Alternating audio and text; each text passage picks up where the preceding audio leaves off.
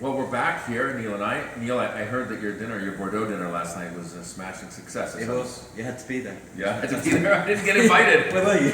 You were waiting. I don't know. I was somewhere else. Oh, working. I was working. Yeah. God. Yeah. But I mean, thankfully you saved me a little 42 count, so I didn't Yeah. taste that. Yeah. But this was an incredible dinner at Legacy Records, which I picked because I knew you would really enjoy the venue. Of course. It was a recording studio at one time. Yeah. And in the private dining room, you picked 4 wineries and 4 winemakers to cover the gamut of Bordeaux. So it'd be interesting to hear, why did you choose these properties and how did the wine show? Yeah, I mean, it was the first, I said at the beginning, it's the first tasting I've ever hosted in the United States after 21 years. So it had to be something special, and it was a really, really sort of special night. And when I look back at dinners, I always think I would have changed this or would have changed that. There was absolutely nothing I would have changed. And I chose these kind of for Chateau. As I said last night, number one, I want to drink the wines. The wines have to be delicious. That's always going to be the number one. I'm never going to have a wine, irrespective of it's super rare or super expensive. Okay, that's a different thing. But these have got to be wines that I want to drink, and if I want to drink them, then the people there are going to want to drink them.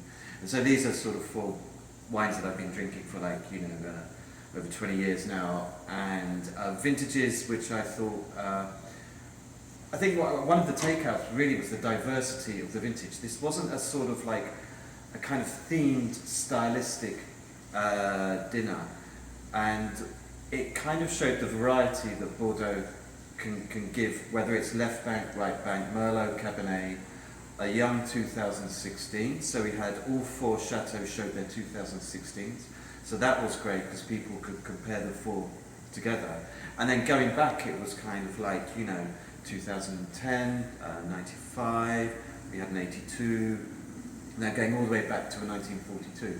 So you had to sort of be on your toes a little bit. It wasn't like, the next glass was going to be something totally different, and it sort of ended up with a sort of fantastic evening with the winemakers there, sort of giving the insight to sort of, the terroir, the winemaking practices, and sort of, again, what they thought about the wines. And it was great because they were refreshingly open, which I really liked, So it was fantastic. Jet lag will do that, right? Yeah, they probably this morning regretted, what did I say? But no, I think they were really, really pleased with the dinner, because everyone there was, just having a really sort of fun time. There was a lot of laughter, and I think some of these dinners can be a little bit dry and a little bit too factual.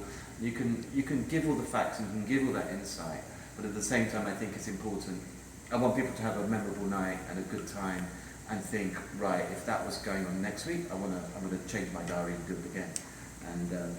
And yeah, it was great night. Awesome. Well, it's a beautiful place. We've done lots of events there.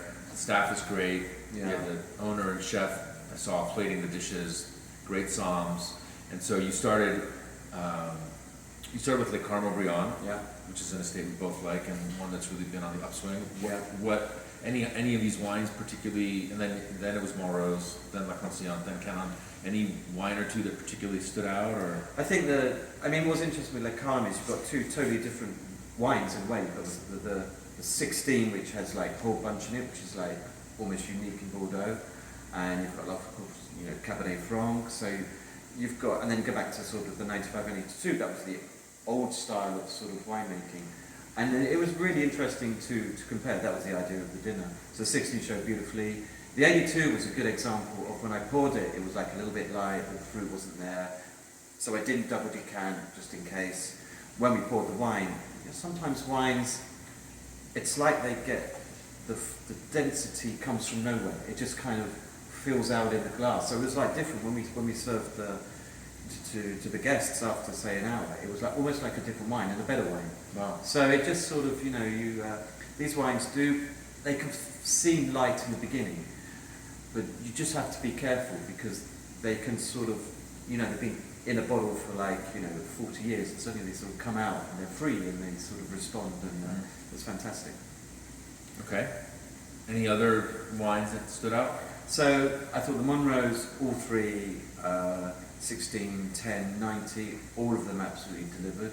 The 90 was a controversial one. It can be a bit Bretty sometimes, so we said that. There was some Brett on it, but not as much as I found on other bottles. I hadn't had it for a few years actually, so it was nice to come back to that. But yeah, that was the 10 was absolute killer, absolutely brilliant. And then La Conscience, we had Mario Cazorda, the winemaker since 2015, and again. I thought that you had the 16 and the 10. The 10, again, I think 10 is a vintage. Every time I come back, it's getting better and better and better. I think it's an even better vintage than I thought when I first tasted it on Primeur.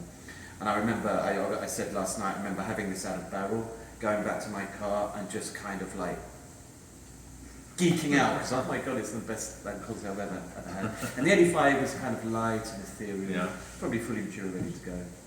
And then we had the Canon, we had Nicolas Aldebert, the winemaker there. Unfortunately, in his jeans and because his luggage hadn't turned up. Well, if I have to pick, I'd rather have him and not the luggage than the luggage. Yeah, that's true. But he was on vacation with his family in Argentina. Yeah. 6 children. Yeah. Flew everybody back to Bordeaux. Yeah. Picked up a new suitcase, which I guess didn't make it, but he made it. When he told me his schedule, I'm like, oh my god. Yeah. There's just no way that all of these things are going to work. Yeah. And it worked. And amazingly, when he turned up without his luggage, he was still sort of like, chatting away, and you thought, wow, you've just been around the world twice to get here.